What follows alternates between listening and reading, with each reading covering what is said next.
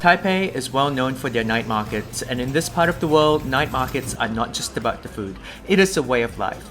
Today, I want to take you on a little food tour of one of Taipei's most popular night markets, Raohe Night Markets, Raohe Night, which is home to not one but 5 Michelin-rated stalls. I will be including some special tips such as the names of the flagship dishes at each of these Michelin stalls in English and Chinese so you can order despite any language barriers.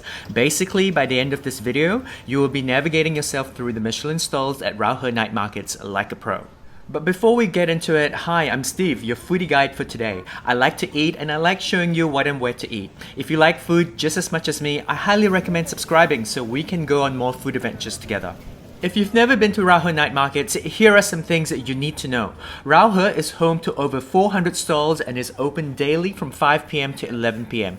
Not all the stalls open at 5 p.m., but I would recommend getting there at that time anyway so you can get to some of these Michelin stalls before they get really crazy busy. You want to bring cash and in particular lots of small change as all these stalls operate on cash only. Taipei has one of the best public transportation systems in the world and it is super easy to get to Raohe Night Markets. However, if you wish to take a cab, I have included the Google Map location link in the description box. If you are taking a train like I did, then you need to get on the Xiongsan Xingdian line. Raohe Night Market is located at the Xiongsan district, literally a stone's throw away from Xiongsan Station. You will need an easy yo-yo cart to ride the trains in Taipei. If you're not sure what that is, don't worry as I have previously covered this in my What You Need to Know Before Going to Taipei video, which I've linked here and in the description box if you want to watch that first. Anyway, once you get to Xiongsan, you need to locate exit 5. Turn right at exit 5 and you can't miss the market's main entrance as it's located right next to another popular tourist destination, the stunning Siyou Temple. And you will find the first Michelin stall right at the entrance, a stall selling a popular Taiwanese snack called pepper buns, aka hujiaobing. The stall is called Fuzhou hujiaobing and my advice would be to get there as early as possible as there's always a queue. The queue does move fairly quickly though, and on the upside you get a VIP seat to the process of making the pepper buns, which is fascinating to watch. They flat out a piece of dough before placing a scoop of marinated pork in the middle and crushing a whole stack of green onions into it.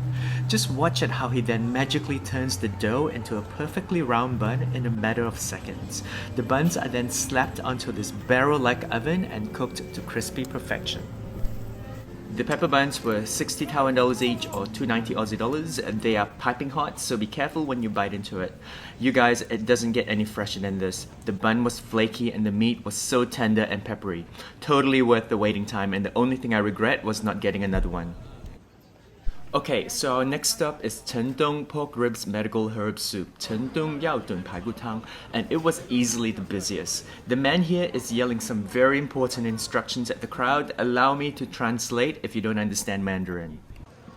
You need to line up at the assigned queue if you're planning to take away your food, or you need to find an empty seat and immediately sit down if you plan to eat here at all. I ordered their most popular dish, this pork ribs medicinal herb soup paired with this braised pork rice, and I don't know if it was the cold weather, but this was so freaking good. The pork ribs were so tender and the soup was so comforting on a cold winter night. Also, this is one of the best braised rice I've ever had. Oh, and yes, I did find a seat by the bin.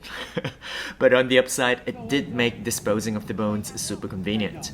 This one is definitely a must try, guys, but next time I would probably start the night here to avoid the crazy crowds. Our next stop sells a popular Taiwanese street snack called Owa Misua or Oyster Vermicelli. Taiwan Ke Mian Xian is Dongfa Hao's flagship dish. What is oyster vermicelli, I hear you say? The dish features a special brown wheat vermicelli that is made to sustain longer cooking times. It is cooked with large oysters in a thick umami broth. Unlike the other Michelin stalls mentioned so far, Dongfa Hao is an actual store located at 94 Raohe Street.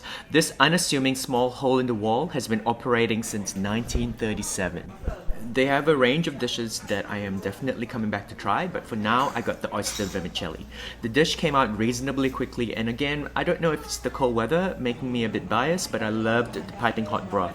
It really paired well with the vermicelli, and I'm impressed that they managed to keep the oysters thick and juicy. I was so full by this point, but I still managed to finish the entire bowl in less than 10 minutes. Okay, so at this stage, I am in need of something a bit sweeter, so it was time to go to Masu Bao Bao, which literally translates into Mochi Baby. As you can see, this humble little stall is the winner of multiple Michelin Bib Gourmand awards. They have been operating for over a decade, selling these sticky glutinous rice mochis fresh every single day. It comes in 3 flavors: crushed peanuts, powdered sugar, and black sesame, but I got the classic crushed peanuts. It's truly magical watching how quickly the owner puts them together. He will also advise you to eat them immediately, though if you're getting them for later, you can tell him and he will gladly pack the fillings separately for you.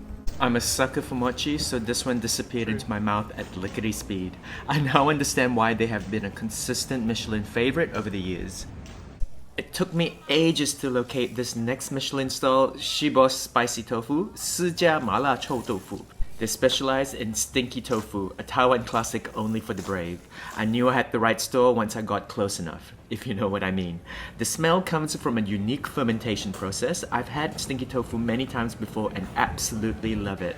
My advice is to not let the initial smell deter you. The taste is well worth it.